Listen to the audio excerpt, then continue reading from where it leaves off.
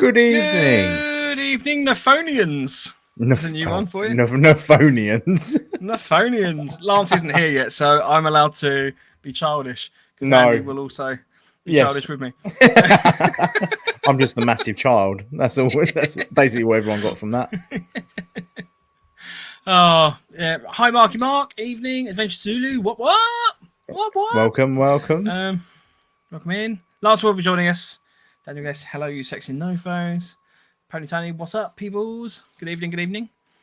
My camera keeps going randomly blurry. Yeah, this is kind of frustrating. Yeah. You need to sit. Hey ho, more. we'll commit. Yeah. You're very forward. You're like that. That's because I'm a very forward person. Very Hi, Kenny forward Rebel. person. Good evening. Welcome. Another interesting and informative episode on the show tonight. We're going to be talking about kit prep for a summer event. So everything from the point of inception, where you think, I'm going to do a MilSim style event, all the way to turning up to your MilSim style event, but with a summer twist. So we're going to be talking about specifically for summer events. So raincoats. Obviously. Raincoats. Raincoats, rain covers, really thick clothes, everything like that. Let's play Oi, you slags. Good evening. Oi. So while we're waiting for Lance, massive shout out tonight to my daughter who has turned 2 today. So congratulations. Both to her for turning 2 and for me for being an adequate parent to the point that she's got to 2. So I'm going to take a little clap there as well. Yeah. Thank you. Although to be fair, you look after 2 children here anyway, so yeah, true. I mean, if anything, I've got masses of experience. You should be pro at it now.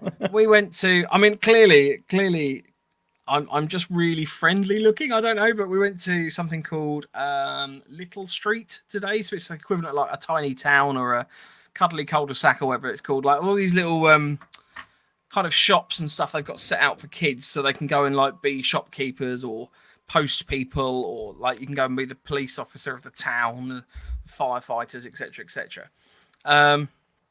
And so we were sort of walking around, but all these other kids just kept like trying to interact with me. I was like, I don't know you. This is really weird. Like there was one kid who tried to get me to go shopping with him in the supermarket. Like I need an adult related to you. Yeah, you're okay. Like it's like, oh, where are the carrots? I don't know where the carrots are. Go and find some carrots. So you could be anything in this little village. You can literally be anything. Yeah. So you could be a shoplifter. And have the little. Well, that's what I thought. Yeah, because you could because they've also got like a little jail cell in the police station. I thought that would be quite a fun little storyline where like you get caught like breaking the law and the police have to come out and arrest you and stuff like that. Yeah, I really liked the post one was the best one. Well, that's the thing. I reckon it would be really good if they did like an adult version. That would be a wicked like LARP airsoft type thing, because it was almost like you go to some of the MilSim style events and you've got people there selling fruit and vegetables and stuff like that. But imagine if you literally rocked up to an event as Op 4 and be like, I'm just going to be the postman for the weekend. Yeah. Well, the Defiant event, me and Ash were the you were bin men. Yeah. We were bin men. Well, excuse me, it was asbestos removal team. it was we had a very important business. So things like that really do play into my little kind of ethos and psyche in terms of I like the kind of role play stuff. I feel like someone disagrees with you there. Little Street in Mason's hell on earth, laughing on an epic level. Yeah, I mean that's the thing. It would have been a lot better if there weren't a lot of little kids running around. That kept grabbing hold of you for some reason. Yeah. But no, it was pretty fun little thing to go and do. So, Lance will be apparently 2 minutes, and he has some news, which is very exciting. Oh, got news. Yeah. Well, shall we roll into the news? Hurry I've up. got some stuff. Yeah. I've got some stuff we can obviously talk about. Yes, I have stuff. Sort of news-wise. So let's roll into the news, and hopefully he'll jump in soon. I take my gun and I go pew pew pew pew. News. So, do you want to kick it off, Andy, with your news? Yes. Obviously. No, I've forgotten what it was. There you go. That's me done. Hang on a minute. I wrote it down. I thought I had it memorized, but I did not. There's. Oh, I was so prepared then. Where's it gone? Right, I'll tell you what. I'll jump Yeah, in with you a go little bit of first while I news. try and find it. So, I have had some new basher poles arrive. These are the Lomo twist lock versions from. I think I got these off on Amazon. Pretty decent bit of kit as far as I can tell so far. They literally twist open and shut. So please, no more dildo-related photos that have been added to the internet as of last week on my aluminium pole, because that was I had to explain that one to various family members basically. So one comparison I wanted to talk about is this is a Webtex version of the basher poles. We've obviously talked prior in the show about the replacement of the grub nut, grub screw system. So my plan is that I have the twist lock ones as a bit of a backup, so that if I do mess anything up, well, I've still got some basher poles. But I am playing around at the moment with the kayak press pins. I know I talked about procuring those earlier in the week, so I've got a little bag of those that have rocked up. And the one thing I have been unable to do, and I have had to get some help with, is the precision drilling of the holes through the basher poles. Where the holes obviously need to line up and be nigh on dead straight through the pole, so that everything lines up properly. I have had to enlist the benefit of my father, who has a pillar drill and a clamp, because I have clamps but no pillar drill. And I was finding that with the little test tubes that I was kind of working on with my little handheld power drill, it wasn't going through straight. So that's what I'm running at the moment. A little bit of an advantage of that will be the slightly lower profileness of those. So I've got them on screen at the moment. You can kind of see, obviously, the grub screw sticks out from the older version, the Webtex version. So the twist lock one, or my little. But we did say that you're losing your hook. Yeah, we did say you're losing your little hook. Yeah, your little hanging point. We'll see how that goes. But yeah, so that's a little bit of science that I'm currently working on. So I'll give those a go. Hopefully have those set up for the event that we are going to be running, the intro to MilSim at the end of the month. Yes. So give the good chance to test those out there. There you go. Yeah, get your ticket. Rach says, I know Lance's news. He has died and is giving me his MWS. Was it an accidental death, Rage, or is it going to happen this weekend? Lance fell over. He threw himself against a tree repeatedly. Yeah, as he did, he said, "Take my MWS." Yeah. So, Lance isn't dead. He has been messaging us, so we have at least some vague proof of life on that front. He's probably raging right now. Why can't I get on?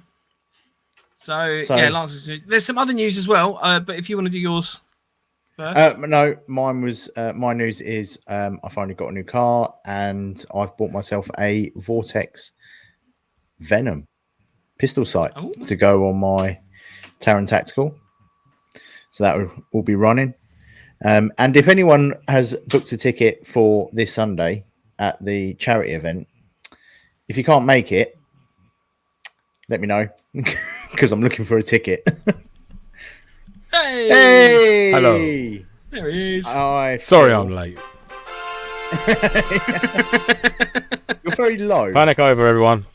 I've been found. You look like a little dwarf. Am I a little bit low? That's better. You look more manly now. Is that better? Yeah. Yeah. I was a little bit slouchy then. I was like that. A bit slouchy. Just sit up. Yeah. Severe back trauma at 0 miles an hour. Gimli. Yeah. I don't even know what he says. I was going to do a sound, but there you go. Pretty spot on, to be fair.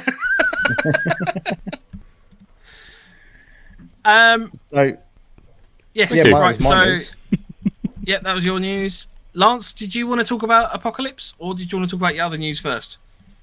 I would say do Apocalypse first. Well, actually, yes. Quickly, then- yeah.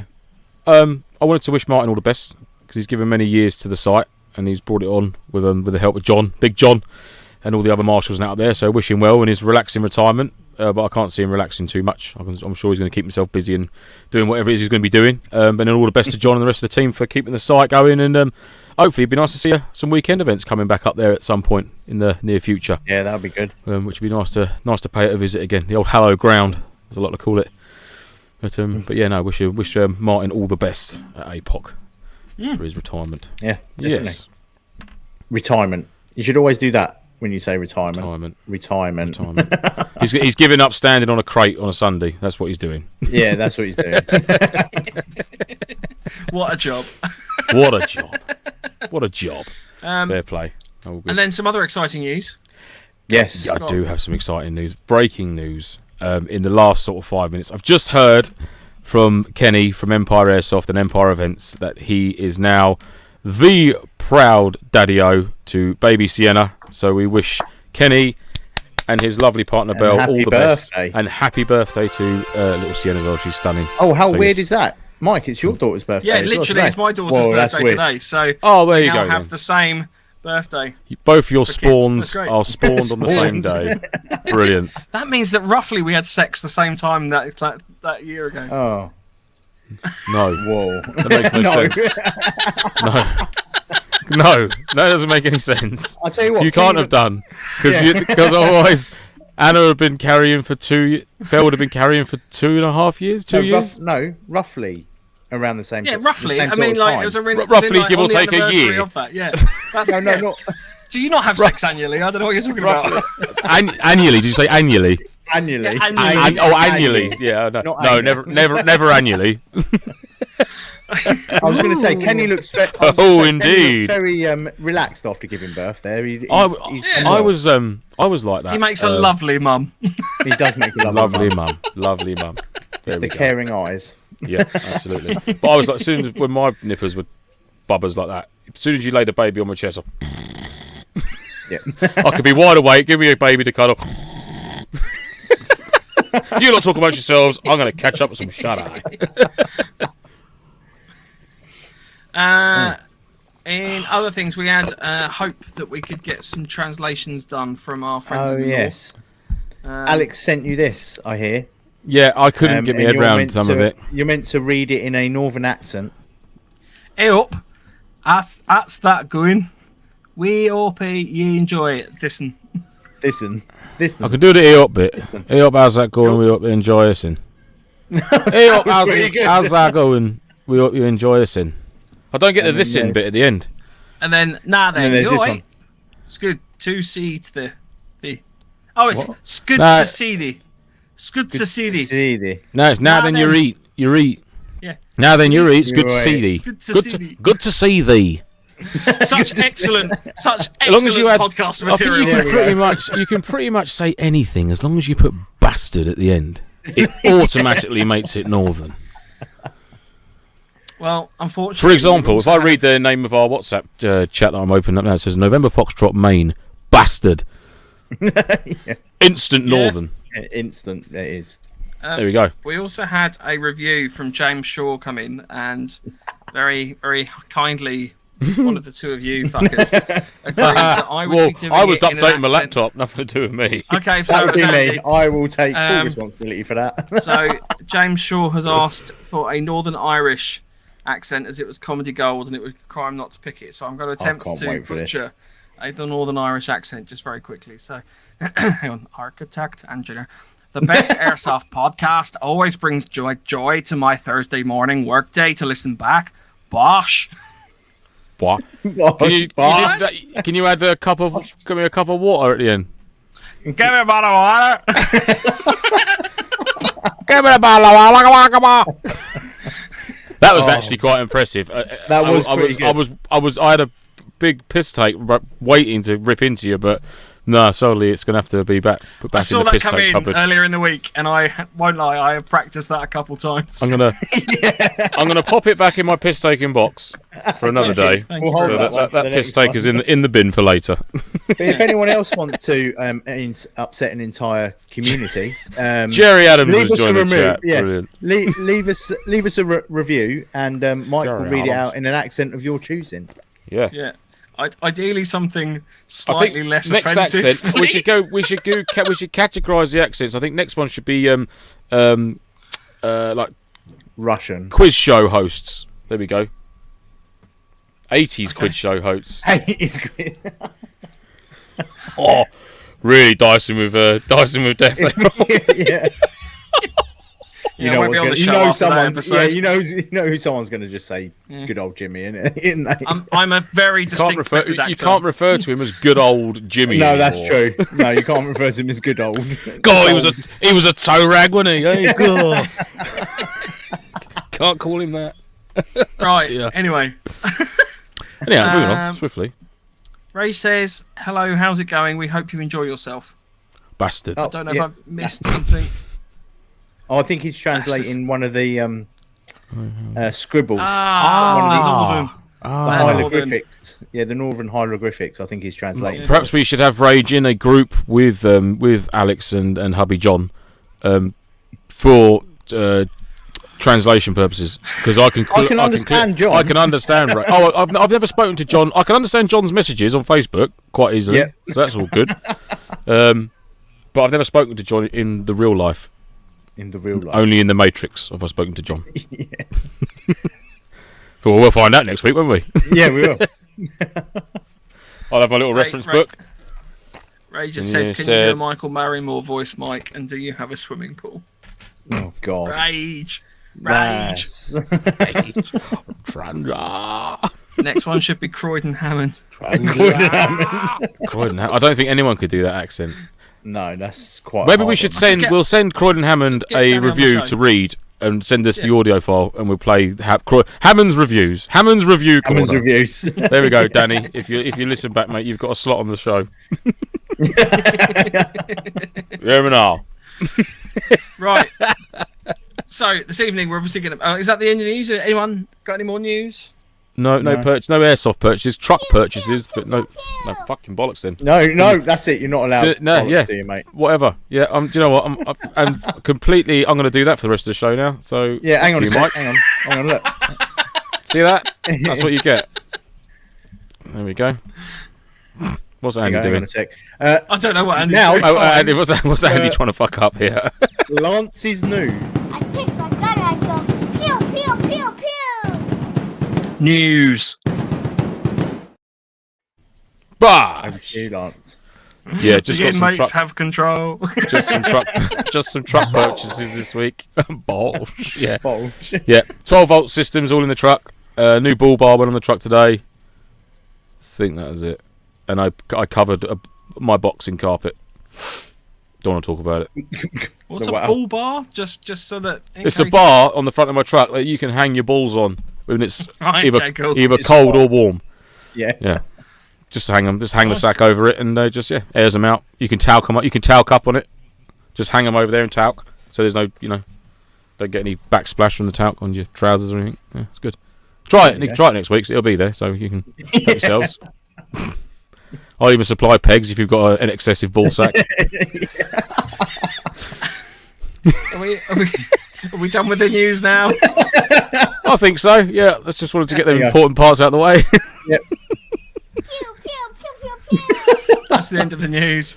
Okay. So tonight we're going to be talking about kit prep for events with that summer twist that we spoke about earlier. So we're going to start off very much from the point of, right, I'm going to attend an event. So guys, how do you find your events? You've decided you're going to attend a MilSim style event. How do you go about finding an event to go to? I go to our website and look at our calendar. That wasn't where I was going with that. No, I don't. I tend to just look at the Facebook groups. I follow quite a few now. So when an event pops up, if it's on a date that I can do, or if you guys say, should we do this? And I'm like, yeah, why not? It tends to be just word of mouth. A lot of it's word of mouth, isn't it? Facebook search is a good way to do it. Or if you've got a certain site that you want to go to, a lot of them have a weekend event. Just keep an eye at your local site or a site that you want to go to, or a company. Just follow them. That's how I do it. Simples. And obviously, are we talking first ever event or returning customer to a previous event you've enjoyed? Just in general, it's you guys. And I'm quite a creature of habit, so I find to go back to the same place because I'm a bit of a glutton for punishment, really. You know, like I'm gutted I missed out on the last Defiant event because that sounded like a right bit of me from Machiavellian. The pictures look awesome. Yeah, man, I was very jealous. Greg sent me loads of pictures saying, "Oh, you sorely missed," all nods and shit, and I was like, "Oh, fuck! Why'd you send me pictures when I'm not there?" Not fair, not kind. No, it's lovely. They look really cool. I'm glad Greg had a good run out at the Machiavellian. That was cool. But definitely word of mouth for me, or in your various Facebook groups or WhatsApp groups and that. Anyone know of any events coming up, this, that, and the other, and then sort of go to the site's website, get some more detail on it, or if they do a live stream, perhaps on a well-known podcast show, they might come on and talk about their event that's coming up, and then I might. And sometimes we do interviews. Listen and interview them. We do try occasionally. We try. We try. But yeah, all good. Rage makes a good point. He says, I'm going to say that the biggest problem with MilSim is that if you aren't on social media, it's very hard to find out about events. It's the only reason I'm on Instagram. Yeah, fair one. Yeah, I mean, you always have our website, Rage. This is the thing. We are obviously trying to combat that ourselves with our events calendar, but it does rely on fairly time-intensive management, to be brutally honest with you, because we don't. And companies getting involved with it as well. Yeah. That's the thing. So the way we've set ours up, it relies on the companies to upload that information to our website. If they don't do that, we can obviously sit there and we can trawl through all these events companies and sort of, try and plug all these events in, but it's very time intensive. Yeah, but then we don't like doing it without the permission of them to say, can we put this on our site? Do you know what I mean? And sometimes, some companies don't get back to you, and then by that time it's like a day before the event, so it's pretty pointless putting it up there. Do you know what I mean? But yeah, we do. We do try to keep it up to date, but yeah, it is reliant on companies getting involved. Yeah. There you go, Tilligilly. Question: where's the best place to hear about upcoming MilSims? Ultimately, join the various MilSim companies' social media. Yeah, there is a few, and there's like UK MilSim on that on Facebook, but I don't think that gets often updated very much with bits and bobs. There is a few. If you Google or search UK MilSim on Facebook, there's quite a few groups that do pop up. But yeah, that's part of the reason we got the calendar together, was to sort of like bring all those bits into one easy to use system. But like I said, the gate swings both ways, so you do need input from the company that you're trying to help out and promote, as well as us trawling and finding events that are coming up. So all you companies out there, get in touch with us, you motherfuckers. Yeah. Just like a smooth remote, just bastard. Yeah, you lazy bastard. Okay, so we found our event, we've booked on. I'm assuming we don't have to talk through people how to use booking websites and the like. So you've booked onto the event. What do we do next? Kit prep, baby. Get all your stuff together. Yeah, that's the best bit. Kit. Yeah.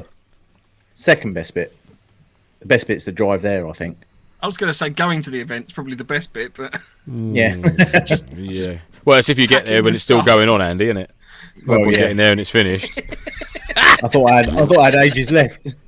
Like it was only a 20-minute drive. But then, see, if you had have made the entire event, then we would have actually left the site earlier and missed Power Man coming out the toilets at the services. Yeah, that's true. See, I'm a godsend, really. I've just booked on to my first MilSim. Tom makes a good point. Obviously, when you're prepping your kit, you obviously need to check the rules of the event. So check the camera rules. Make sure you're aware of what kind of style of event you've booked into. Well, hopefully you can find out that information before you book onto it. Yeah, because if you booked into a full Vietnam style event as the Viet Cong, for example, and then you rock up in a full MTP modern day loadout, probably not gonna win you many favours on that front. So yeah, obviously you need to make sure what kit kit. Sorry, that you need to prep before you start prepping. But yeah, and that's things for like ammo as well, like ammo. If you've been told to bring certain amounts of food or liquid or certain things that you need to make sure that you've packed. FPS limits, weapons. Some sites say that if you're in this faction, you've got to have a certain type of weapon. Is he all right? lads. Sorry, I'm back. Some random Google news page just opened up on my screen. I was just like, oh, where's everything gone? Everything's vanished. That might have been the update, just showing me what it's done. Thanks for nothing. Oh my god. There we go. That's that done. Ever the consummate. Sorry, back in the room. Just what the fuck going on? And it was broken as well. When it was like, this? I don't want news. God damn it. I don't want news. this show's going well. Oh god. Right, so we're obviously packing our kit for the event. Summer event. We picked an event in the summer, so we've done it for a summer event. So do you guys start with the clothes base layers first? I'd say so. Yeah, I'd say so. Base layers, or lack of base layers, should I say? I mean, if it's like a summer event, like mid-20s, it's definitely just a combat shirt or U-backs. That's pretty much it, and then maybe a spare one in the pack for later on. If you've been sweating your nuts off, you can change out and have a dry top on in the evening or whatnot. But yeah, I definitely wouldn't be layering for a summer event. Or if it was like something quick wicking. Yeah. Power word there. See, I'm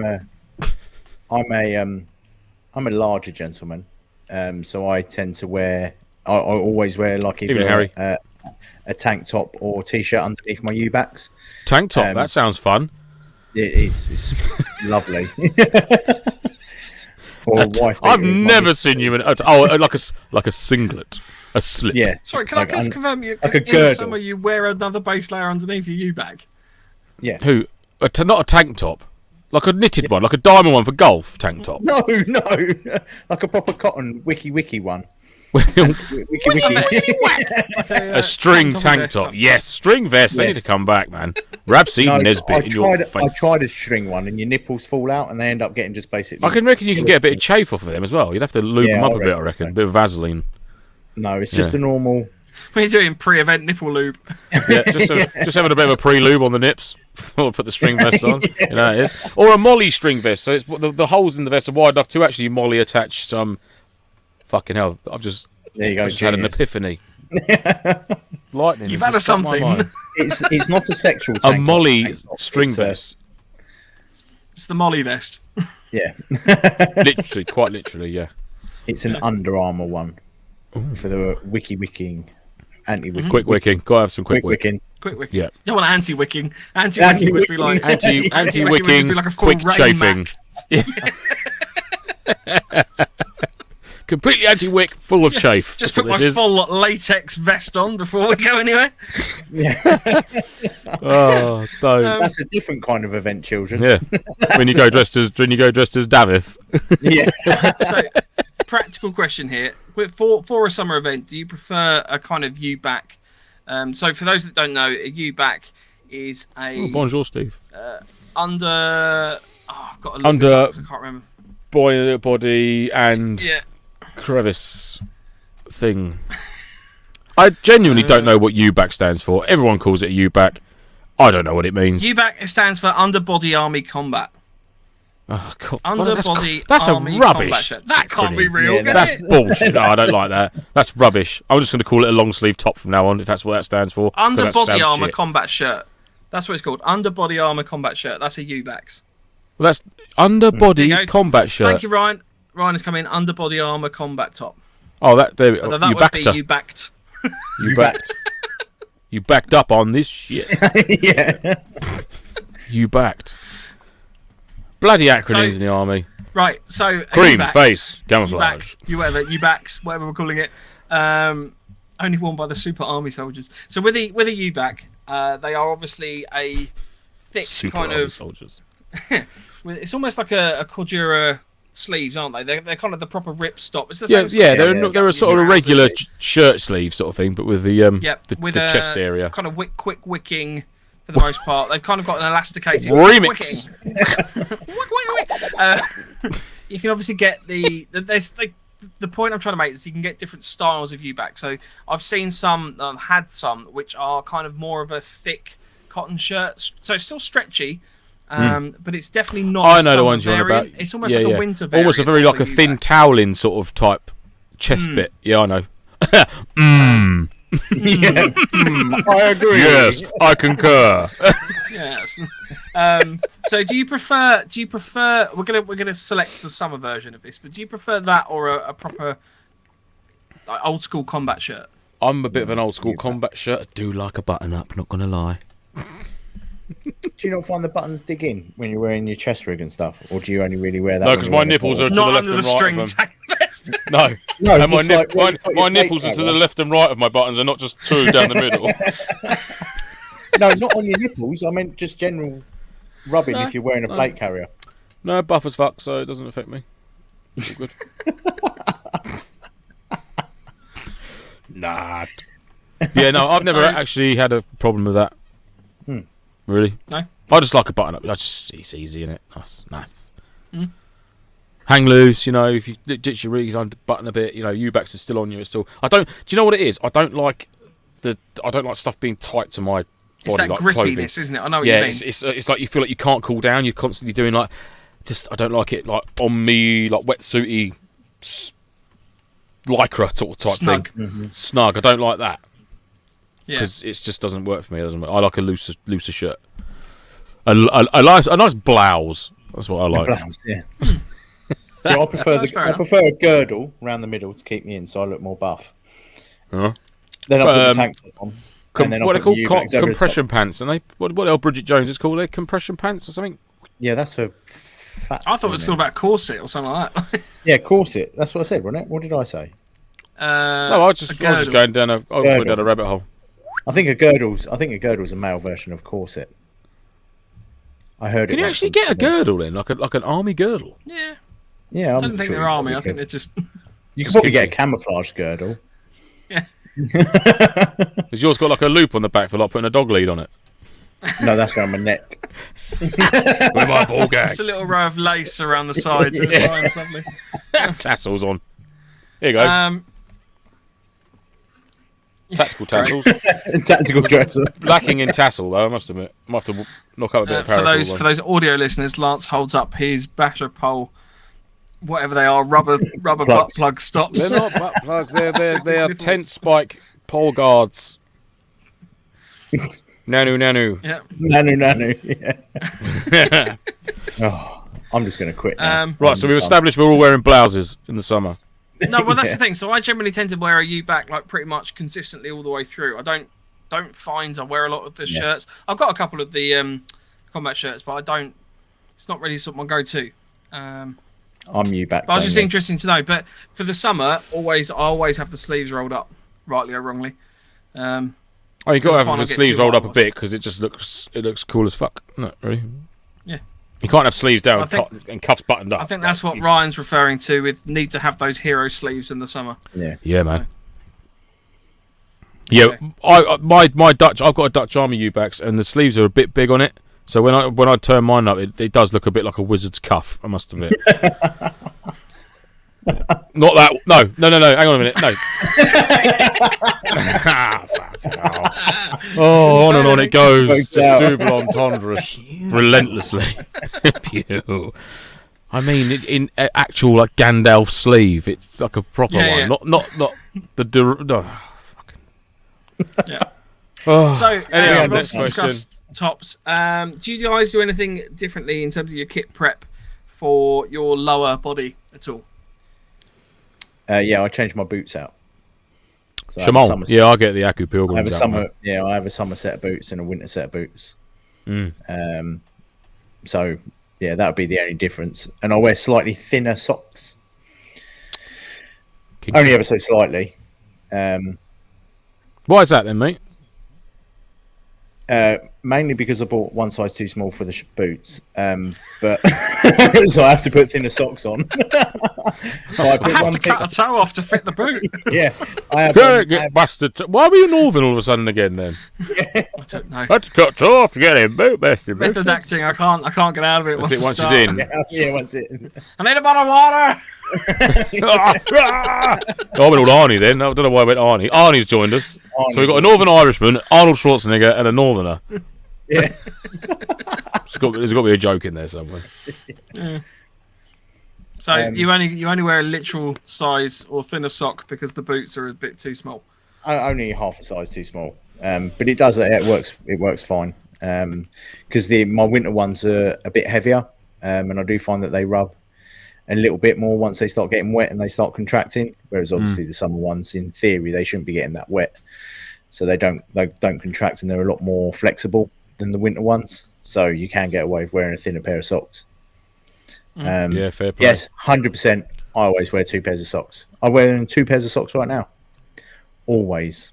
Even trainer socks. When I'm fuck that though. Socks. I don't wear 2 pairs of socks all day, every day. That's just. Oh yeah, I do. No, fuck that. No, I wear 2 pairs at events and stuff. But I cocked up at Machiavelli because I had 3 pairs on.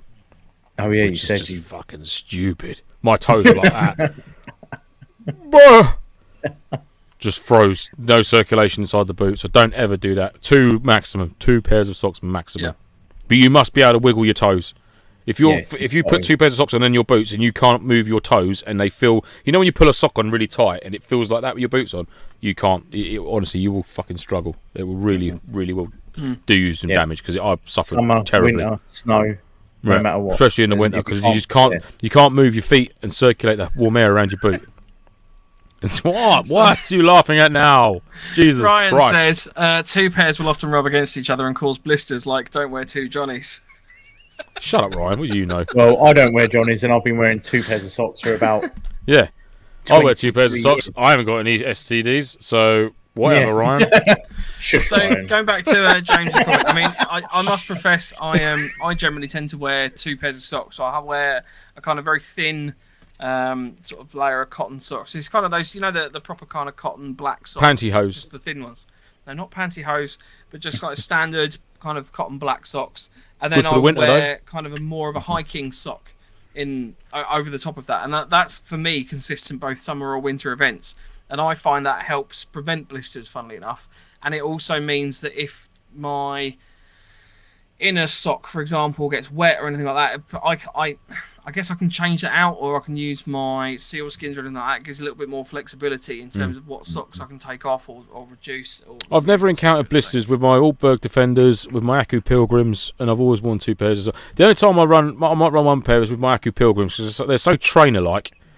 I can genuinely get away with just the 1 pair of a good quality sock in them. Do you know what I mean? Which is fine, and but I do normally wear 2 pairs of socks with my in the summer, like the smaller trainer sock. I might bang one of them on just so it still covers my heel, and then like a longer sports sock on there as well. But yeah, all good, good, man.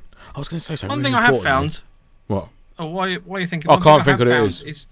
Did a bit of wild camping this summer, and it was probably one of the hottest kind of periods of wild camping I've done. And I was finding that my feet weren't blistering; they were just overheating to the point of it was causing quite a lot of ache. So it wasn't a blister from rubbing; it was literally they were just overheating physically from the temperature. And I was finding I had to stop every once in a while, literally just cool my feet off because they just couldn't cope. And that was with 1 pair of socks in a they were in Hakes boots. So it was that purely down to the temperature. So just keep in mind that for any event, especially in the summer, if your feet start hurting, do something about it. Quickly. At that point, because if you don't do anything about it and you go, I'll deal with that in about 20 minutes, it's just going to make it worse. And it's the same with, what's the polite way of calling this? Heat rub in the groin. Chafing. Chaff. Not chaffing. Chaffing. Chaff. I call it crotch rot. But chub spots. Chub rub. Chub spots, yeah. Chub rub. All of that. As soon as you notice it, deal with it, because if you don't and you put it off, you're just going to make it worse than deal with. I've had it bad. I had it at Apocalypse once, really bad. and partly because of my knicker elastic went in my Grundies, and they just kept on coming down. And you know when you're forever, and then you got to pull the trousers up, and then the U-back comes out the top, and you're just a fucking mess by the end of it. You just look like you've been attacked by something. You're trying to pull your trousers up, and then you're giving yourself a wedgie just to hold it up. Yeah. And then by the end, because it had all ridden up around my legs and that, oh mate, the pain. And it was like 2 burns, and it was just swollen up and sort of almost blistered. It was fucking awful. Yeah. So I think that was part of the reason I was saying, oh no, that wasn't that picture. When I'm sat in my poo chair, that was you were just hot in that photo. I was just cooling down the undercarriage, but there was another time. Things like Germaline's good for that, for dealing with that, because it's both an antiseptic and an anaesthetic. Pseudocreme. Yeah, Pseudocreme. That's what I have. Tiger you can Balm. buy Pseudocreme in little deep heat travels. Deep heat. Oh, Sand. Just add sand. Just a bit of 30 grit. We'll rub it away. Because I'm nails. Absolute fucking nails.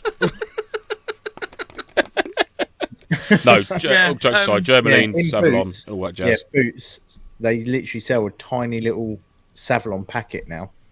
That is perfect for like kits. Like I keep a little bit in my first aid kit now. My wife had these little disc containers, so they're probably only maybe 10 mil high, probably 20-30 mil around. They just unscrew, and she was like, "Oh, I'm going to be getting rid of these." I was like, "Oh, I'll grab a few of those," and I now keep I've basically decanted some Germaline into one. I've got some working hands in another, and a few little bits and pieces like that, so that Mike's cure-all. It's basically still almost like the equivalent of say like a D, you know, the D batteries, like the sort of the chunky batteries. So a little stack about yay big. I've got about 4 or 5 different ointments for various things. You're like a little apothecary, you are. Yeah, basically. Welcome to Mike's Emporium, a travelling salesman. What cream do you need? Yeah. I imagine you like an old vintage travelling salesman with like little brown vials of just Mike's cure-all. What's that one? That one's just double cream if I come across any wild strawberries. Yeah.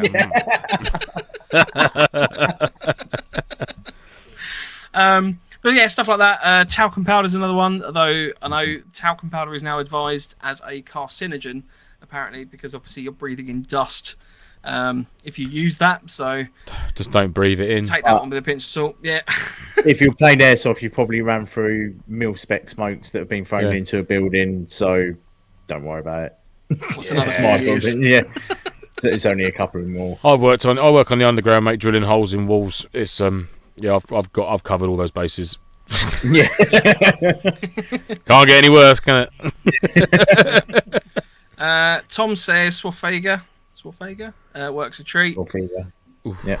Rage says baby powder will do the trick too, as chub rub is caused by wet skin rubbing together and not getting any air circulating around it. Talc powder gets rid of the wet thing. So exactly that, you know. And you can also say that like last time. I said that and I just ended up baking a cake in between my legs. I think I put too much on. Yeah.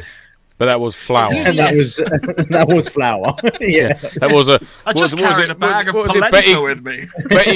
Betty Crockett's cookie mix or something. Was it Betty Crockett?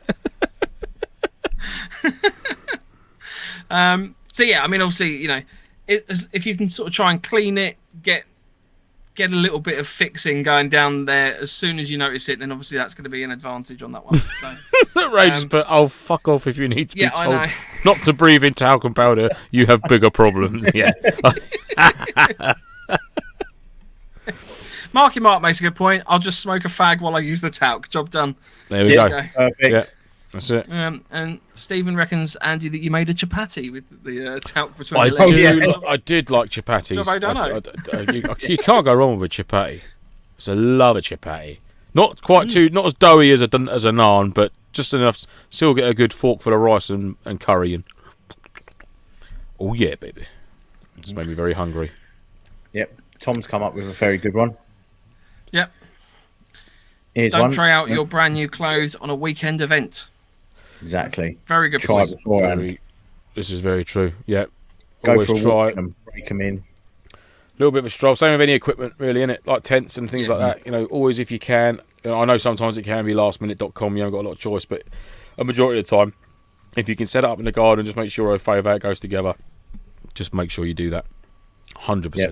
My missus hates it. If I get a new bit of kit and I've put it on my stuff, I end up doing the housework, doing the hoovering and stuff, wearing the full kit because you're going up and downstairs carrying hoovers. He says, Yeah. Just a warm yeasty smell following him as he goes. Yeah. Oh, you baking something fresh? Yeah. Yeah, baby. That's about ready. And his new call sign is Mr. Hovis. Be ready by Hovis, bath yeah. time. Aunt Bessie. James says, just go to HQ. There's a lot more there worrying than talc. Yeah. Yeah. Yeah, I mean, I think going back to Tom's point in terms of obviously trying out new clothes before an event, try any new kit before you get to an event. Don't just rock up to the event and go, oh, look, I've got a complete new loadout, complete new system. It's all perfect. And because it will guarantee to fall apart. Something's going to go wrong. And then, you know, if you've got to try and fix it or anything like that on the site, it's going to ruin your event, basically. Yep, So- absolutely. Oh, yeah, exactly this. Tom says, some of my favourite moments at MilSims are watching people attempting to put up their brand new tent for the first time in pitch black. Yeah. Yeah. And then Yeah, Tony's, that's why I should Tony just use turned the around basher. and said, and then Tony Ponies turned around and said, bought a new tent this week. Set it up today in the garden to get familiar for a quick setup. There you go. Exactly There that. you go. See, Top man, Tone. Fair play. he'll still fuck it up, but Right, okay, so we've kind of covered base layers and a few other things on that front. Let's talk about loadout choices. So I know Tom chipped in earlier, so I'm in webbing most of the time, so he likes normal shirts on that front. Go on the webbing. So you guys generally webbing for the summer, plate carriers for the winter, or how do we roll? I'm depending on the event. If it's like a CQP event, I'll just man up and just run around with the plate carrier on, sweat my arse off, drink more water. More water, But hydrated. if it's really hot and I'm in the woodland, then I'll do chest rig and belt setup. Really Yeah, light. chest rig's the one, isn't it? Really, if it's summer, if you don't want to run a webbing, then you know a chest rig and a belt, or run your webbing or whatnot. Yeah, but I mean, I do love a set of webbing. I must say, I do love a set of webbing. Yeah, I personally find because of my shape, I have a belly. That the And you've mentioned this a lot tonight. Just as a safeguarding thing here, you've mentioned this a lot tonight. Are you okay, bud? Do you want to have a catch up after the show? I need a diet. He says after eating 3 curries over the last 2 days, but it's fine. I had ribeye steak with 4 eggs tonight for my dinner. It was fucking them. I cooked a ribeye steak. Get this in the air fryer. What? Whoa! Wait. Was it nice? Was it? 200. Right, I'll tell you what. Send you a picture. 200 degrees. 200 degrees for 5 minutes. Flip it over for another 2. I shit you not. Okay. Nice. I shit you not. Yeah. It's not as good as a skillet pan. It's not as good not as a cast iron skillet, skillet. But it's bloody good. Yeah. It's No, bloody I'm fine. good. But I have found that recently my kit has suffered with its fitment due to the extra weight that I've put on. You okay, hun? It's honestly, Rage. I Look, he's gonna prove it now. It's lovely. Does look nice. with my eggs. Ah! Yeah. I'm back. I've forgotten what I've said now. Oh, sorry. I completely hijacked your train of thought then, didn't I? With my steak image. Steak. Sorry. I can't remember what I was saying. About fitment of clothes, I think. Yes.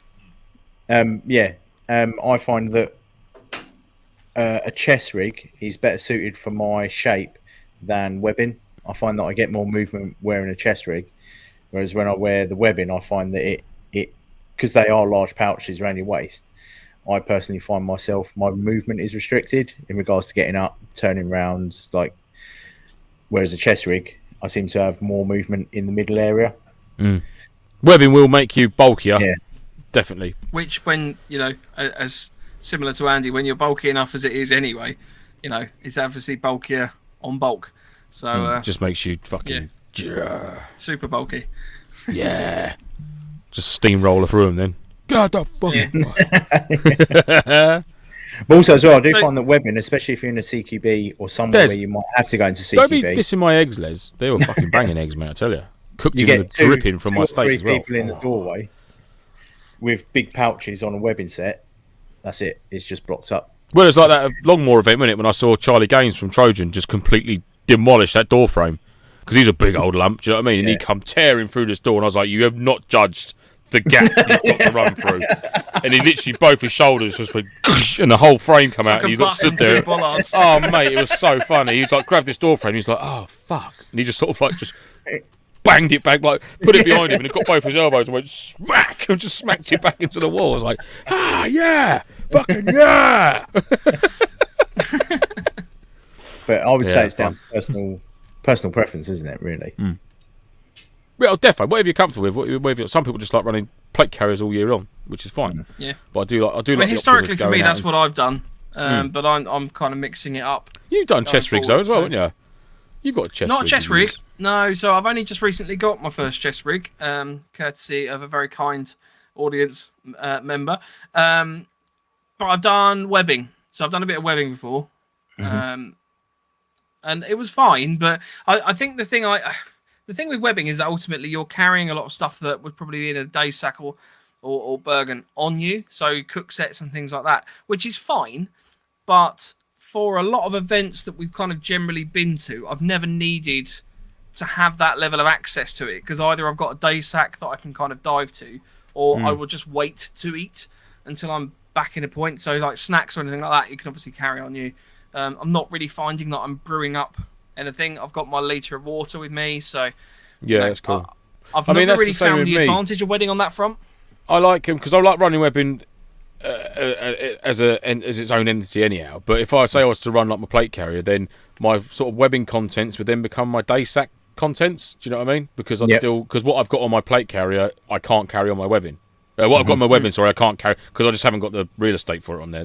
It's comms, it's ammo, maybe a flashbang or a little bit of admin, and that's it. There's no room for other bits and bobs because you don't want it on there. You don't want it all that. Reason it's on the belt because it sits nicely on the hips and the shoulders and the back take all the weight off you. You know, if that was on a plate carrier, it'd just be ridiculous. Do you know what I mean? That just wouldn't work. So yeah, all my webbing contents would then sort of like I'd decant into a patrol pack or a day sack or something like that, and I'd just sling that on my back. So it'd just be even more shit to carry. But I love it. So can't leave home without my bits. I'm a creature of comfort. All right. Yes. But yeah, if I was to do that, I would choose to have the chest rig and a day sack.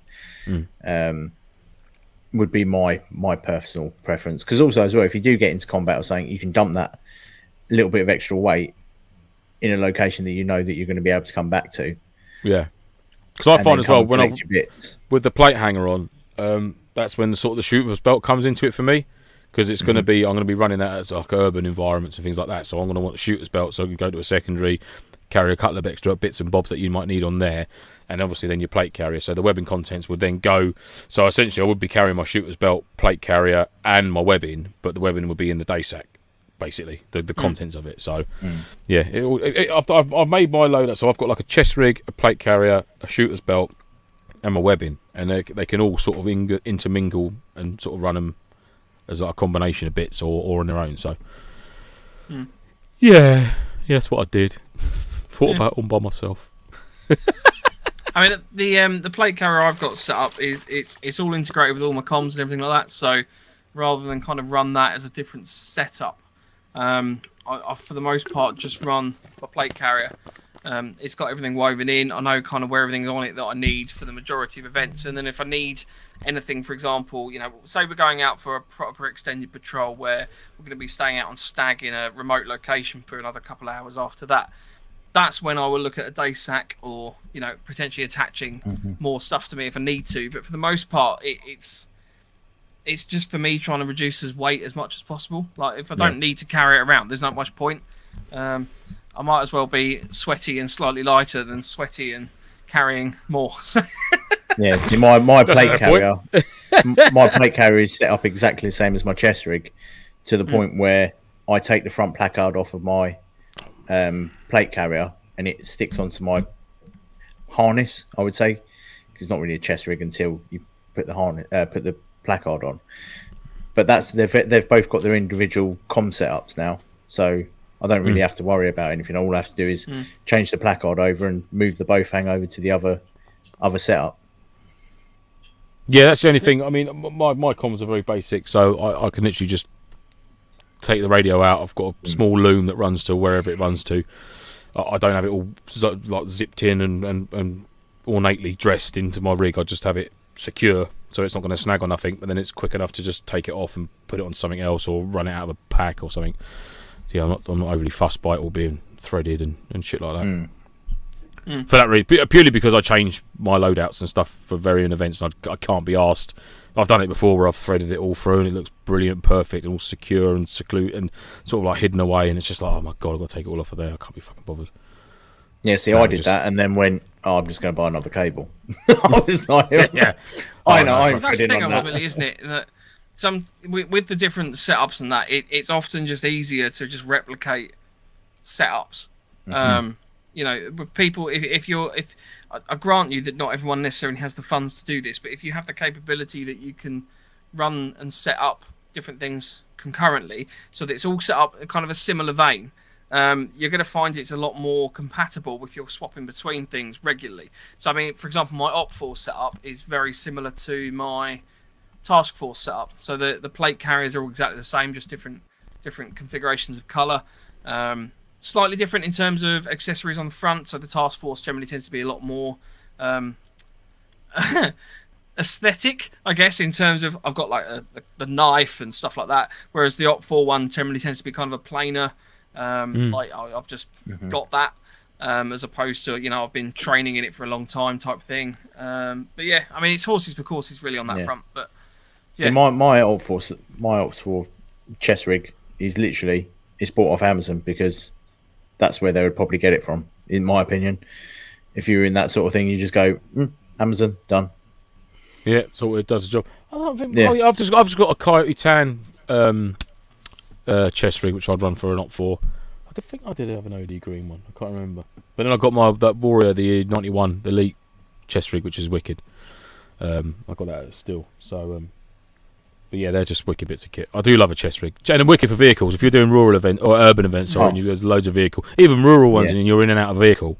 If you're a QRF at an event and you will be travelling in vehicles, like if you say, even if you did like one at Imperium, they've got vehicles for days. Chest rig all the way. Keep the back empty. Obviously, you'd have to anyhow, but it's so much easier with a chest rig on to run it. I mean, sometimes even struggle with a shooter's belt and getting in a vehicle, just sitting there, and things can still fucking dig in.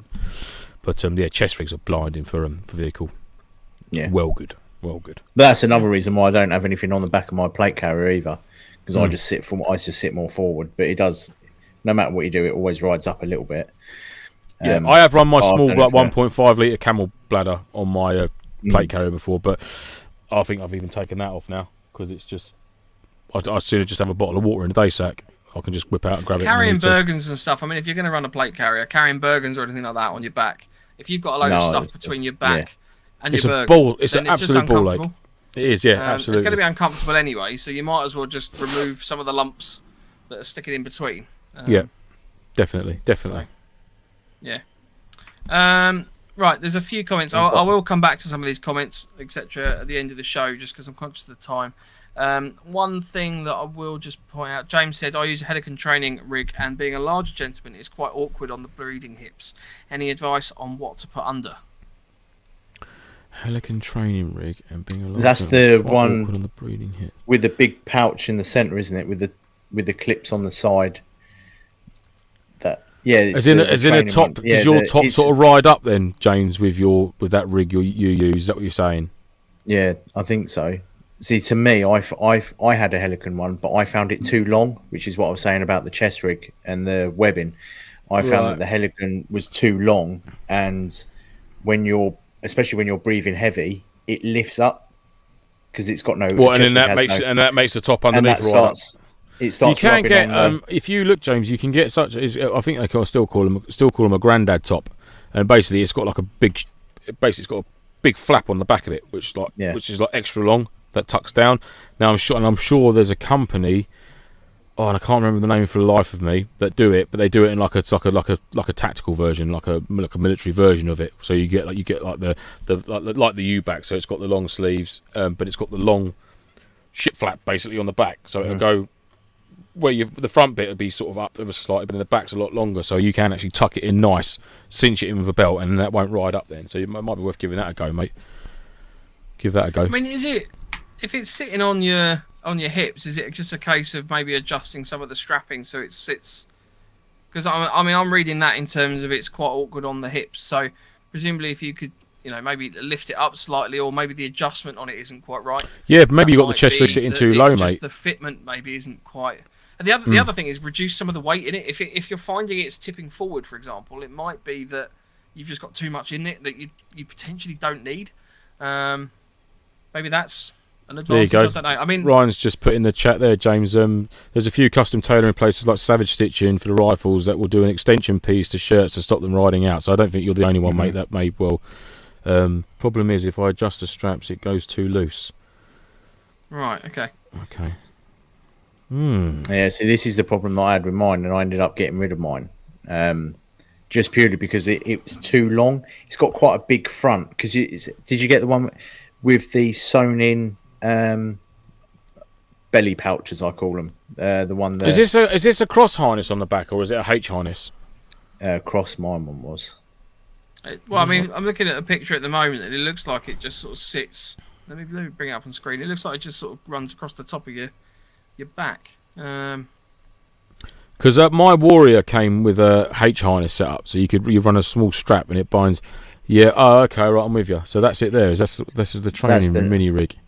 That's the newer one, I think it is. Whereas my one, the strap used to come down from the left hand side and go to your left hand to right hand to left hand. These ones I do because this is all sewn together. All that big pouch. It's actually quite a long chest rig.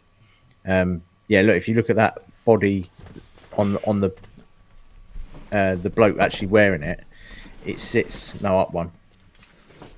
Do you see what I mean? Look, that's quite low. Personally, I find that quite low down. See, I'm trying to think.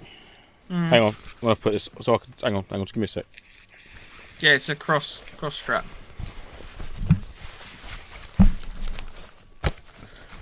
Right. There we go. I couldn't remember because it's been ages since I've worn this. See, when I have my chest rig on, my chest rig is on my chest. Yeah. So my mags are slightly prouder than where my nips are. That's where my mags sit like that. See, an awful lot of people wear their chest rigs across their tummies or across their abdomen. So maybe try that, mate. Maybe try and literally just try and cinch it up. Why have I got no... Oh, see, Andy's on mute. Oh, there you go. Yeah, I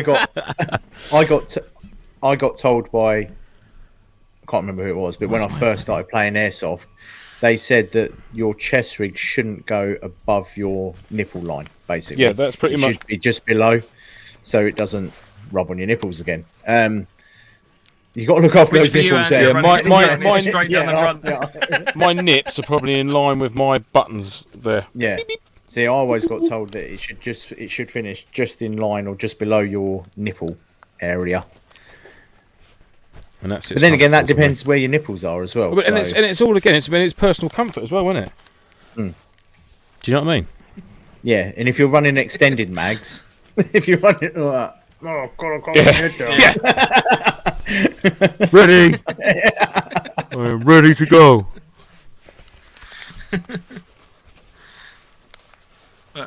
So, yeah, I hope that helps. I'd go without banging the drum for us, although it is our event. James, are you coming to the intro to MilSim? I was just going to ask this because if you're coming, obviously we've got a fair few people there that might be able to help. Yeah, and I'll be also bringing this. This will be down there as well, mate. So I'm going to bring a few of my bits down just as a bit of show and tell in the camping area. So you're more than welcome if you wanted to take this out for a little test drive and see how you got on with it, mate. As a different option. Yeah. Because I love it. And I've had this. I mean, I've lost a fair bit of weight now, but I've had this for a couple of years, and I had this when I was bigger, like sort of 17.5 stone bigger, and I never had any problems with it at all. You know, it's fully adjustable. It's super comfortable. And I've got this set up as like an X across my back, but there is another strap that comes with this, so you can have it as like a H harness. So it goes straight down your back, and then there's a little Velcro bar that goes across the. Why does my camera keep doing this? It keeps freaking out with my lights. It's the camouflage. It's just crazy. I don't know why it's done that. There we go. It's back again. There we go. Cool. Yeah. So if you are attending, mate, or if I do see you at an event, you're more than happy for you to have a little run out with the old plate carrier buddy. I'm gonna take this off now.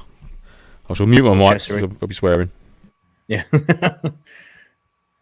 But same here for Lance. If you're at an event that I'm on, more than welcome to run the chest rig or chest harness. More than welcome. I'm the same too. Yeah, boy. I don't generally have a chest harness at the moment, but I'm working on that. Basically, I need to get mine all sort of properly set up. So I'll probably be wearing my chest rig at the event. If I can. Yeah, I'll probably be wearing mine at the event. Keep all my NoFo paraphernalia bits in there. Yeah. I'm not going to run this as a service to everybody, but just because Kevin has taken the time to specifically message, he sent a picture of his. Oh yeah, baby! His dual kind of setup. So as you can see, he's got similar setups for depending on what role he's doing. But by having that kind of consistency in kit across both platforms, it means you get that muscle memory going with where you've got stuff. So 100%. That's very nice. Yeah. I like that very, very much. Yeah, I really want one of those Defiant patches.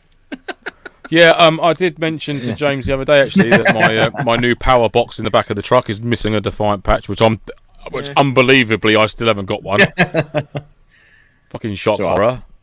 I'll get some. You better. Right, so we've talked about kit, sort of loadout wise. So let's now go on to water carrying. So we obviously covered water in quite a lot of depth last week. So we're not going to kind of cover that too much. I think the main point is make sure you've got some bloody water on you. If you're going to go to a summer event and you don't have any water, get in front of a mirror, give your head a little wiggle, take a hard long look at yourself, because you need to be having water at these events. It's stupid to go to one because you're just going to, potentially die and you're going to ruin the event for other people.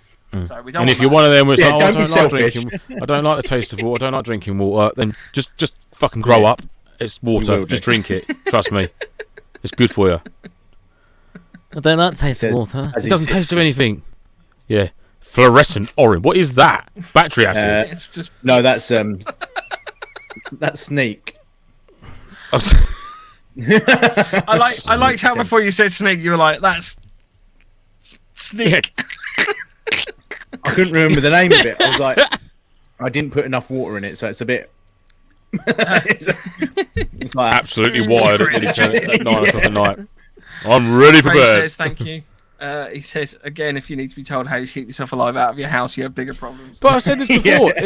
You do see it though, Rage. You get, and it's not like new people that are coming to an event for the first time. It's just people in general. They survive the entire week of normal day to day. They get up, they get dressed, they feed themselves and drink, and they go to work and come home. And as soon as they go through the gates of an airsoft site, they just go. Have you had any water? No, no water. Have you had anything to eat? No, nothing to eat yet. Are you fucking stupid? You have to do these things to stay alive, regardless of it being an airsoft event or not. You've done it all week. Why stop now when you need it most? I will say to a defence a little bit. Sometimes newer players, for example, will get so into what they're doing that they sort of forget to do that, because there's a lot of new information flying around. You've got if you're relatively new to it, you're sort of trying to pay attention, and you obviously don't want to fuck it up, because otherwise there's a lot of judgment that does come into airsoft as a whole. But not new players. It's just in general. It's just come on. No, but I think new players. They need to have our kit list, don't they, Mike? Leniency. They do need our kit list, but I think there's a bit of leniency with newer players. And I also think there's an element sometimes that people do sometimes just forget to keep drinking. I suppose when you're having fun, you kind of think, well, I'd rather have fun than have a drink of water. But then the fun stops when you go... Yeah. What's the gambling one? Know when to stop or something like that. When the fun stops, stop. When the fun stops, stop. And drink No, water. I won't. So I want to win my fucking money back. Thank you. Yeah. It wasn't fun to start off with. Yes. It was rubbish when I started because I lost. That's a stupid phrase.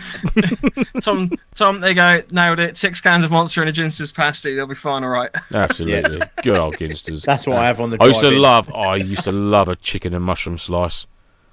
Oh, I used to love a chicken and mushroom slice. Adventures of Zulu says, when you're excited, your adrenaline rises, which inhibits your appetite for food and drinks. So sometimes you just get too excited. You're not hungry. Oh, I've always got time for food. What? I get very excited about eating food. So what happens then to me? You're not hungry? Yes, I am. I'm very excited to be eating. Oh no, I'm not hungry. Wait, I am hungry. Oh no, I'm not hungry. Oh no! Oh, what do I do? It's just this roller coaster of emotions. Just with a fork. No! What was that? No. Oh, no! I was going to Northern again. Frodo Baggins. Frodo. Right, so a couple of items that we're going to add into our kit separately for the fact that we're in the summer. So, for example, sun cream, after sun, insect repellent, head and neck covers, and cooling pads. Anything else we want to add to that list? Not really, no. I think that's kind of... It sort of comes with the territory, doesn't it? You know, summertime and that. That gel headband, armband, neckband thing that you said about Mike. Cooling scarf, the BCB cooling scarf. BCB cooling scarf. Oh, that's one thing I actually want to mention regarding with the water thing, and we spoke about last week, completely on a tangent. Has anyone seen the new advert for the one that Preppers stock in now? $23.99, I think it is. No, I haven't seen it. Really cool bit of kit. He's actually drinking just out of a fucking manky old canal with it in the video. It's matey. I can't remember his name is that the now. tube? Yeah, The it's like a life straw really one, but good. you can actually use it into a bag as well and decant it into a clean bottle. He said that he drank out of a canal, and this wasn't like a flowing canal. This was a fucking shopping trolley for what we canal. know, he might be dead now, but Yeah, he hasn't done any posts since. But at the time of the video, he seemed fine. yeah, But yeah, I was interested to see it because that's actually a reasonable price for a filtration straw like that, because they're usually upwards of sort of 35, 40 quid. So I thought, I'm sure he said $23.99 or something. But yeah, I might be tempted by that to give it a little go and suck some puddles. suck some puddles. Goddamn puddle sucker. I personally really like these, so I'm gonna give it a bit of a shout out again. But these are the BCB cooling scarves. They're not always necessarily the best quality in how they're made, and they can be a little bit finicky in terms of drying them out and then rehydrating them again. I know, a couple of my esteemed peers have had issues with this, in that it turned into one solid mass. He just uses it as a pattern now. I use it as a walking stick now. I've never had any problems with these, having followed the instructions. I didn't definitely pay £6.65 for mine. When I bought mine, they were about £2 sometime. I don't know if I managed to get it on a deal or a sort of a bit of a closing down sale. But yeah, these BCB cooling scarves, you basically hydrate them. They are a kind of silica gel internals that retains that moisture and releases that moisture slowly. It evaporates and it thus cools you down. So yeah, do you know what? In fact, yeah, they do work. If I can dig them out, because I have a couple spare, I might throw one into the raffle on our event, if I can find it. So because they are good bits of kit. Extra prizes. Yeah, there you go. So, very nice too. Yeah, Ray makes a good point there. The hydration, rehydration, isotonic drinks, Diarrhea, anything like that. Just because obviously you will be sweating, but you're not only sweating water, you're actually losing minerals and salts out your body, especially the sodium. In worst case scenario, a little sachet of salt that you get from KFC or Macca's or anything like that, just put that in a litre of water just to get that, because you will need to replace it. You'll start cramping up all sorts if you've not got enough salt in you. So yeah, very important. Yeah, good shout, Rage. Yeah, those isotonic drinks are pretty good. Yeah. Little snacks as well, that kind of salty snacks like peanuts. Yeah, definitely, mate. Yeah. Biltong. Beef jerky, I'm trying to think of salty yeah. snacks. Beef jerky. I mean, that's all I route. Beef jerky. Yeah, that's beef my jerky's snack. one. It's going to be. Yeah. Ooh. Ooh. Yeah. So, yeah, I mean, even, say, for example, you've decided to take a packet of crisps. Something like that's going to be helpful a little bit. I mean, I wouldn't rely solely on crisps for your MilSim loadout. Plus, they end up just being crumbs. Yeah. And they're not very, this is also going back to not looking after yourself. They're not a tactical snack. It's not tactical sounding either. Just cracking open a bag of crisps. You'll have to do the Velcro. Yeah. Unless you get a Pringle one. Oh yeah. Yeah, but once you pop, you can't stop then, can you? Well, isn't that the point? You'll just be a Pringle mess in the Sanger. You're supposed to be on stag. I've already opened it now. I couldn't stop. One My mouth is so dry. Just see, could you imagine what have you bought for your snack? Just a packet of Carl's water biscuits with salt on it. Wow. Just in a Sanger, just fucking cracker crumbs going everywhere. There's no water. So dry. With silly, snacks and things like that. So, for example, a lot of people generally take sweets with them. Make sure you get a sweet that's not going to melt. If you are going to get Snickers ice cream or something. Chocolate bars, anything like that. Just be careful, because otherwise you do end up with a whole plastic tube of just squishy stuff. I have done that before at an event. It was so hot, and I had a Mars bars in my dangler pouch, and literally got it out, took the top of it, and drank it. Yeah. And I've never drunk a Mars bar before, but it was delicious. Yeah, I can imagine. I'm not going to do the action because I'll get the worst meme again, like I got last week by that toss bag wherever he is. Is he still here, Mark? Yeah. Avoid me. I always get lumbered with that on my face. Thank you very much. So we've obviously discussed changing of clothes and things. You're obviously taking spare clothes in case you need to swap out sweaty stuff. Little bit of paracord as well. If you have got a little bit of an established harbour area where you're maybe not needing to be quite so low profile, bit of paracord between two trees, you can create a little bit of a washing line. Dry off's really sweaty stuff, because there's nothing worse than putting wet clothes back on if you're then going to be running around, because that's going to increase chafing. Absolutely, mate. Yeah, I mean, even to the point, if you've got an allocated downtime, say you're down for like 3 hours now, get your boots and socks off, powder your feet up, get the air to them, get your socks hung up, just dry your feet out, get some fresh air around them. It always help, because your feet can get wet in summertime. Really it's not only winter. You know what I mean? Yeah, when it's really hot, I tend to throw like a little meter by meter section of camo netting, because if you're set up somewhere, even just being able to just throw a little bit, it's not 100% shady, but just being able to get that little bit of shade over, if you just over the back of your head, especially if you're down in the middle of a field and you're hiding in a bush, right? The bush isn't going to give you enough cover.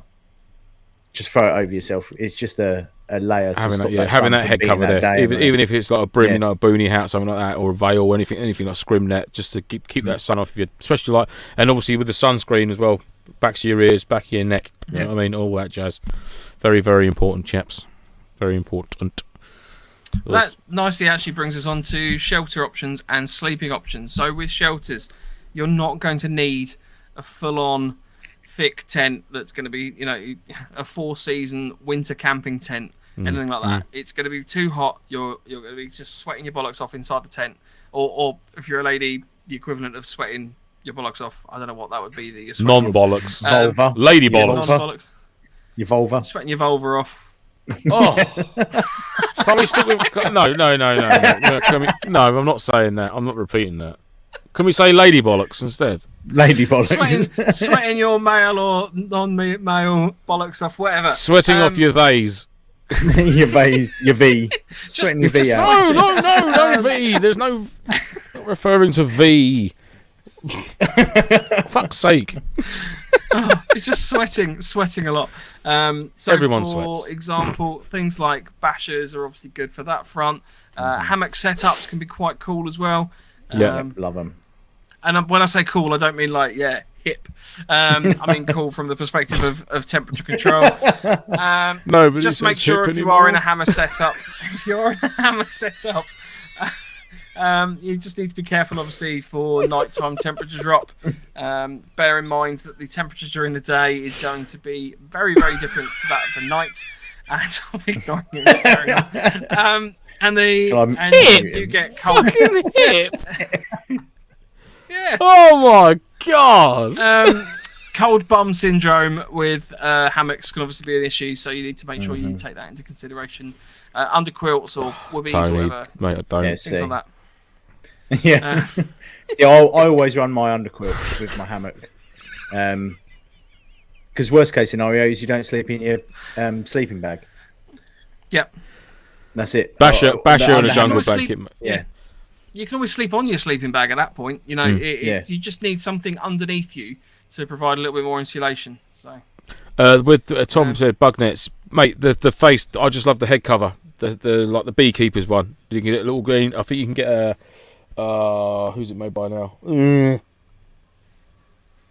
Tech something or other. TX. I imagine BCB also do stuff like that as well. Cause yeah, it's literally just a little OD green mosquito net head cover. They're wicked. They're so good. I love them. Milcom? Absolute. No, Milcom or Miltech or something. It could be made by. It's not expensive. It's like £3 or £4. It's scrunches up into a tiny little bag, and it's just like a wicked mozzie cover. Even goes as far as to say it's quite a good camo actually, because it's just a plain green veil. You can still see through it crystal clear. But if you're in a situation where I can't apply any cam cream, just bang that on. Or if you are in a bush, sort of stood to for a bit, and there's lying water there, and you're gonna get midges and stuff like that. What have I said now? No, carry on. I've just found the best product ever. Oh, okay. God. But you can just chuck that on, because not only is it going to dull down your face, but oh my god, what is it? Is that all in one? Mosquito mesh suit. Yeah, it's a mosquito onesie. Oh, fuck off. Jesus. But it comes in two parts. Look at I love the trousers. Can you wear trousers with no underwear? Can I just point out, it's got various uses. The following scenarios apply: climbing, outdoor, fishing, and on foot. Which I would argue that outdoor and on foot are probably covered by climbing and fishing. Yeah. Various uses. Oh, look at him. Look, showing the walk. Showing the walk. There he is. Look. There in the walk. That's more walking. Impressive. Oh, the gloved hand. It's basically it's almost like a full beekeeper's I do want the trousers, though. He's got his ankles out. Look at that bottom of that photo. Yeah. I want it just for the trousers, because I just rock them all day. Love the trousers. Is it a 2-piece or 1-piece? 2-piece, $32.99 on Amazon right now. Oh. Professional outdoor mosquito suit, one set, breathable mesh jacket with hood and pants. Is there any? Can we look at a review? Just one review. There's got to be someone must have genuinely reviewed it. Oh yeah, it's got it's got 9 ratings. Buy. Excellent. Well, that was I don't think these are real reviews, because this person has just said perfect. Brilliant. What's that one? Brilliant product for keeping midges, mosquitoes, and clegs. What's a cleg? What is a cleg? What is this new beast that we have to keep at bay with a mosquito suit? Rating. Mike, if you go up to the 3-star rating, that's normally probably the proper one. What is a cleg? Oh no, there's no reviews. On that one. All it's come up with is a fly called a tabanidae. Yeah. Tabanidae. I have bought 2 sets of mesh anti-bite clothing, one for summer and one for winter. They're Scottish. It's Scottish. It's Scottish. Clegg is horsefly in Scotland. Oh, okay. Cleggan, a horsefly. The important thing Scots is they work. language One has centre. to spray ankles and feet. Far better than spraying from head to toe. I have a bad allergy to bites, and these suits are perfect. So there you go. If you want to be the cool kid in town, you need a full breathable mesh. You know for a fact everyone's going to turn up to those events. Yeah, if you want to be hip. Now wearing one. If you want to be hip. How to know if you've been bitten by a horsefly? I imagine it fucking really hurts. That'd be one indicator. It swells up massively. And then it neighs at you. Yeah. Can I just say that Defiant Events are on the chat, and if anyone turns up to one of their events in one of these, you are not allowed to tell them we recommended it. Yeah. You're not. All I'm recommending is the trousers as evening wear for when I go to bed. Evening wear. Yeah. Okay, perfect with your mesh. Well, you can ditch. You can ditch the pants. No combats on, no pants on. Just put your mesh mosquito trousers on, and you're good to go. Keeps the boys in the barracks and the mosquitoes at bay. Yeah. Almost teasing them. Woo! We won't be getting to this. No. Thing I've There you always go. not understood about mosquito nets though is that, granted, the bug can't get in there, but surely they can poke their little. Well, through yeah. it. So the benefit of having the bug net is that it's not really meant to be against your skin. There is meant to be, I believe, a degree of separation. Maybe if you get a between the tent, two. if you got a tent, if you established a trouser tent with the mesh trousers on, then that would. That's some stamina there. Then that you is. might have to You've bring. got to keep that Then, up then you all might night. have to bring that into it. You need one of those from the top. Or a bottle cap or something at least. Right, enough. Anyhow, thanks for watching, everyone. We'll see you next week. Lovely. So, if you are in it, because I know that Lance, you've got one of these as well. You can buy the British I've not got Army one of them. mosquito net. No, not one of them. I mean the mosquito net. Oh, yes, sort of they're very single good. Self. Yeah. Like a dome. It's well, like it's not a dome at all. Self-supporting tent. That's the one. Yeah. Yeah, so it's almost like a semicircle. It's kind of shape in profile. It's a cot bed. It goes on top of a cot bed, basically a bunk. Just sits on They're top. particularly good for events where. So, the reason I bought this is that we went to an event at Gunman in Tuddenham. It was an Octo 8 event. We ended up camping in one of the porta cabins, and something bit my hand to the point of literally my hand swelled up. Like, I remember the this. left-hand You side wouldn't of let me was wee just on it completely either. swelled up. You No, wouldn't I let me didn't want wee you on to wee it. on it, funnily enough. So I Tried to. kind of went away from that thinking I don't really want to be camping out in kind of shit places where this might happen again. So I Old bought shipping one of these containers kind where murder's taken Yeah. place. Yeah. So I bought one of these sort of self-supporting bug tents, mosquito tents. And what I have found is if you put it on top of the cot as well, you can also throw a tarp or anything over the top. So if you're in, for example, HQ Airsoft up in Driffield, at the which Defiant event was that? I can't remember the name of it now. 3. Red Tide. Red Tide 3, that was the one. So effectively kind of gives you a little bit of shelter space as well, that kind of bit of degree of separation from what's going on outside. I ran mine at the first Red Tide at a dog tag. I had my cot bed, and then I had my mosquito bed cover over the top of it, and then I just literally slung a basher over that. Well, I might even actually take that next week as another little setup, and I'll just put my awning out on the truck and just sleep under that, the old mosquito net thing. Because I mean, again, you know, with the dog tag one, for example, it was obviously raining quite a lot. We had exposed areas of our fob where rain was coming in sort of through the sides, and that gives you effectively a little mini tent set up. For sure. That you can get a little bit of waterproofing with as well. So Yeah, nice. lots of variations of things that you can apply. Here we go. Somebody has who sent me that on the chat? I can't see. Andy has just brought up another product that you could also look to get. Is it hilarious? No, it's not hilarious. I think it's actually. Oh, hang on. I brought up the same bloody one as last time. There we go. So this is another setup. So this is an army green one-person portable lightweight camping mosquito fly net. And it that little hook bit actually clips on. I put a little carabiner on mine, and I know it sounds a little bit, but I put the basher inside out, so you got the loop on the inside, and just hook that onto the basher. That's a good shout, mate. I like that.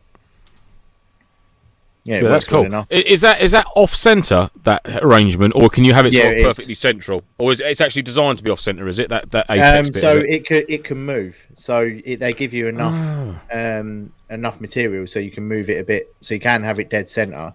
Right. Okay. Cool. Move it over a little bit depending on how you want to have your set up. That's quite smart. I like that. Yeah. On my last one, I had it on a 45. I had my basher on a 45, and then I had the that just underneath, ever so slightly, because it wasn't going to rain. It was just going to keep eyes off while I was getting undressed. Really. Yeah. Them mosquito thingies. They do pack down really small as well. I know it sounds, but it's got a nice heavy duty sewn in ground sheet as well for those for the British Army cop. There you go. That surprisingly that actually packs down $9.99. Yeah, so this is from Prepper Shop. So it's unavailable though. They do. It's unavailable. It's currently on pre-order with a delivery time of 20 weeks. But if you can get them through Prepper Shop, obviously we've got a discount code with them as well, which you can check out the website. But they're only really about that sort of price. For what you get, and you get the whole kit there. You get the poles, you get the pegs, you get the actual mosquito net, and the ground sheet. It all comes in a carry bag. And that carry bag is no bigger than a 58 pattern poncho roll. Really? There you go.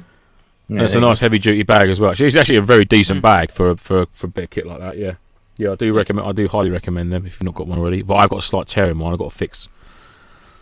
Yes. Yeah. So, lastly, we'll talk about sleeping setups. We've obviously talked about just shelters. quickly, sorry.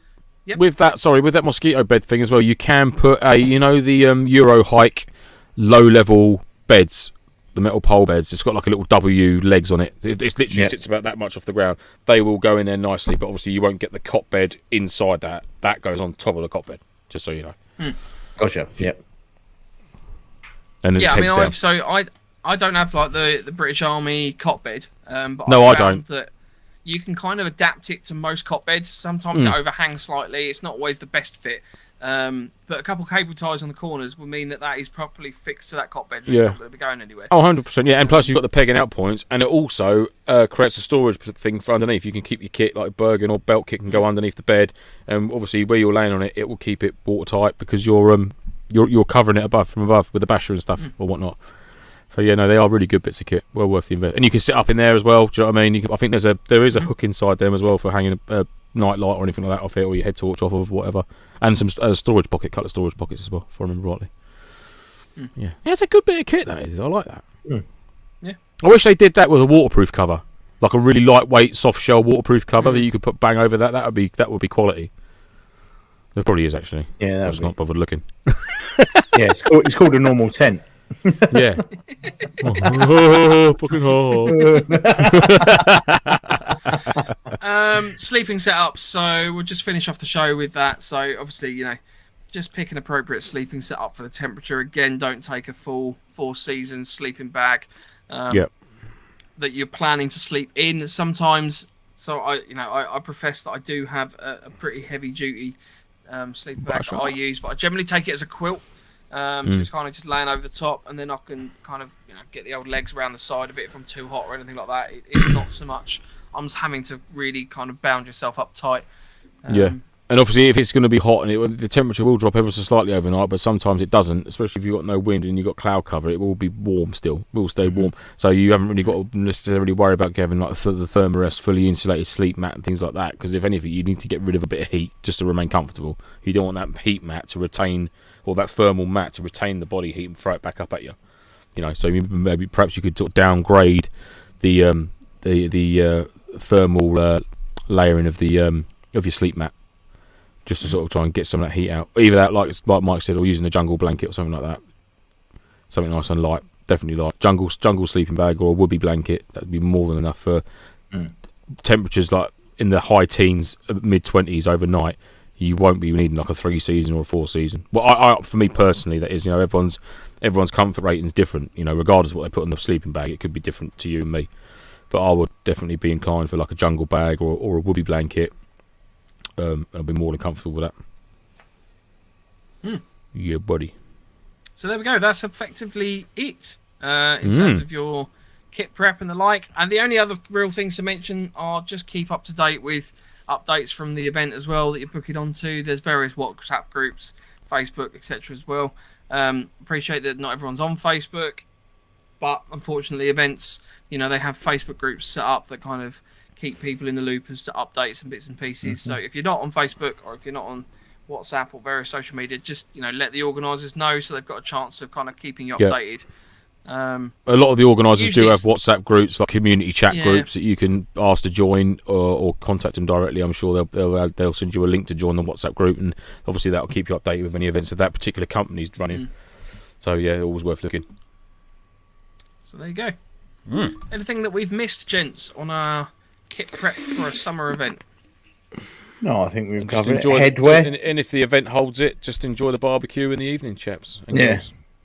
Headwear. Keep them Don't beers wear a solid steel helmet with the sun beating down on you. Wear something light.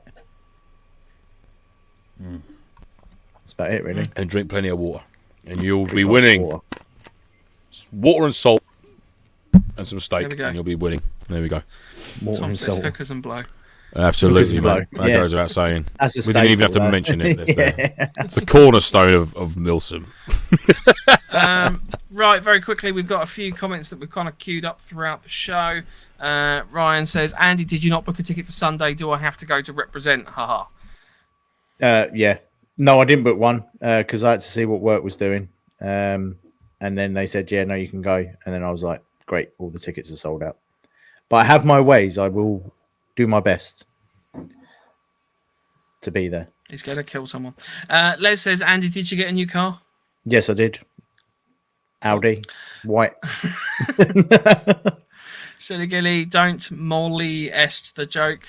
Very good, Ed. Thank you. Les says Mike's got his string vest behind him. There you go. That's what I wear. Just camo suit. Rage says wizard sleeve means something very different around here. It does down here as well. Rage. That's it. Yeah, that's everywhere. Yeah, don't worry, let's go with that one. Marky Mark, I find the shirt sleeves will roll up better than U-backs because there are slots for the padding. Yes, mate. Yeah. I tend to. I think I find the U-back's top is. Goes. Yeah, I find the U-back sleeve slightly bigger than a shirt sleeve as well. So when you roll it back, it's actually got like a bigger cuff area rather than a shirt cuff. I think. Oh, that's what you mean. Yeah, right, Yeah. Like my Fair Dutch enough. Army one, for example, was a very big cuff.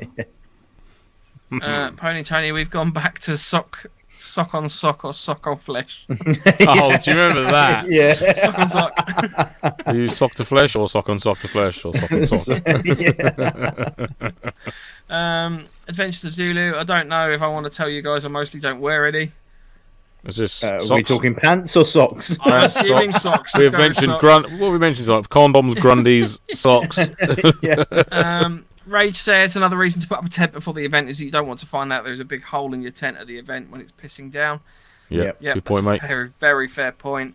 Tom says only use a plate carrier now if there are specific rules for getting extra wounds for using one. So there are obviously some rule sets that have different medic rules depending on what you're wearing kit-wise. So yeah, it's a fair point. Ryan says after doing 30 miles in Brecon today, I felt like I earned a Domino's. 100%. Fair play, mate. It did look very nice from your photo. It did look lovely. Yeah. Yeah. What, and you've just undone all that hard work? I don't know. Ryan. He didn't say what he It's got only from a small Domino's. Domino's. Yeah, he Yeah. could have got I a child earned a pizza. Domino's. Could have been, yeah. Could have got the salad bar for He could be playing the game for all we know, to be fair. I've earned a. Yeah, there was another part. I earned a Domino's session with the lads in the naffy. That's what he meant to say. Daniel guessed you can't take advice from Lance. He put his bull bar on wonky. It is not wonky. It is so rainwater can drain off of it straight away. Thank you very much, Daniel. Kevin You will not Berry, be hanging plate your ball carriers bag on my ball bar. Kevin Berry says plate carriers and rural will tire you out. Unnecessary heat retention and minimal load capacity. Webbing, yeah, but I go a Playtech Peacekeeper and Playtech Bullock. It's a 12-hour loadout. Silly Gilly says the thing I really try to minimise is the weight of your riff, which works in some instances. I don't. No, LMGs, obviously, there are certain rules at certain events, so just bear that in mind for what you're booking onto. But it's a fair point, you know, if you can reduce weight here, there, and everywhere, you know, it's gonna save you a little bit less, a little bit of energy expenditure, and that's gonna keep you a little bit cooler. Steve Walker says Bennett's chain vest from Commando would do on a warm day.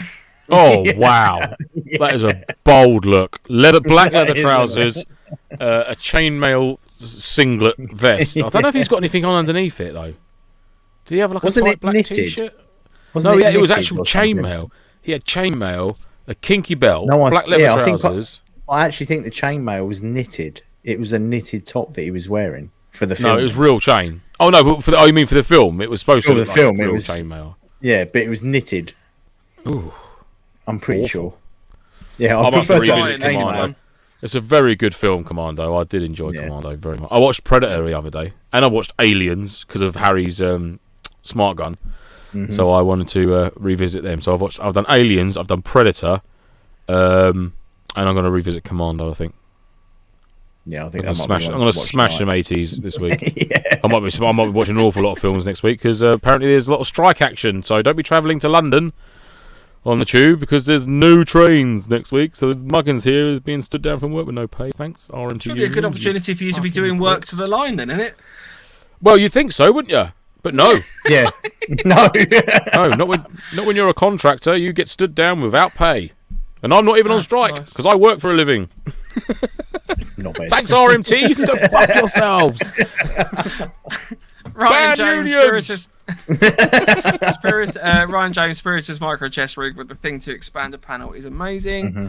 Marky Mark, I have that backpack that can act as the harness too. Yep. And then in terms of extra bits of kit, Tom Hibbert says bike cream.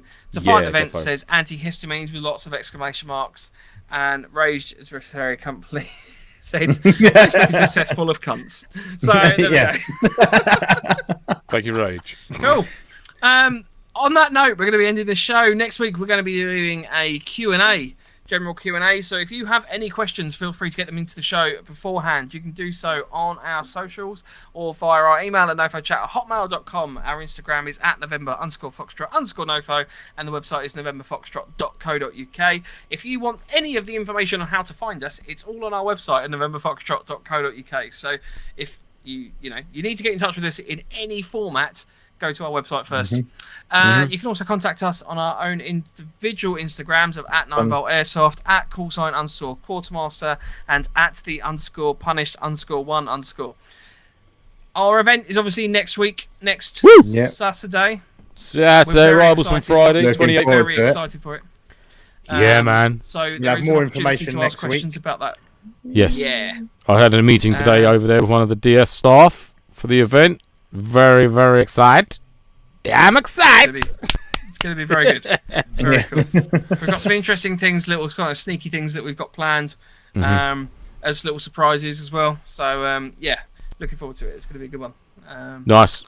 Cool. Good stuff. Look forward to seeing you all. In the meantime, I'm going to do the closing remarks, and I'm actually going to use Rage.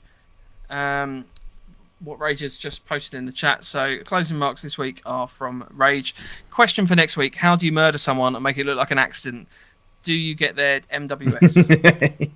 Oh, I think that's so you get their MWS. So you get their MWS. There are many ways next week. in the woods. Yeah, there are many ways in the woods. Sorry, yes, so not to. What happens in the woods stays in the woods, I think. We can all agree. I think our closing words should be happy birthday because it covers two people's birthdays today. Happy birthday. If you were born on the 19th of July, happy birthday to you. Happy birthday to you. That's it. And you get a fanfare. And you get a fanfare. Right, join us next week, Wednesday, 8 p.m. We shall see you there. Have a good evening. Goodbye, guys. Say goodbye, guys. Goodbye, guys.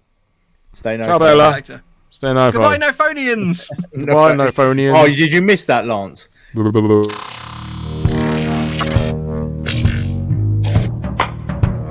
Clearly not important enough to tell me about, so yes, I did miss it. He always gets arsehole.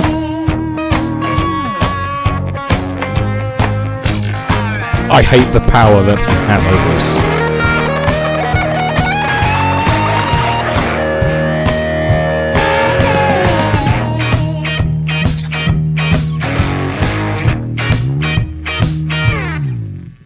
Rebellion!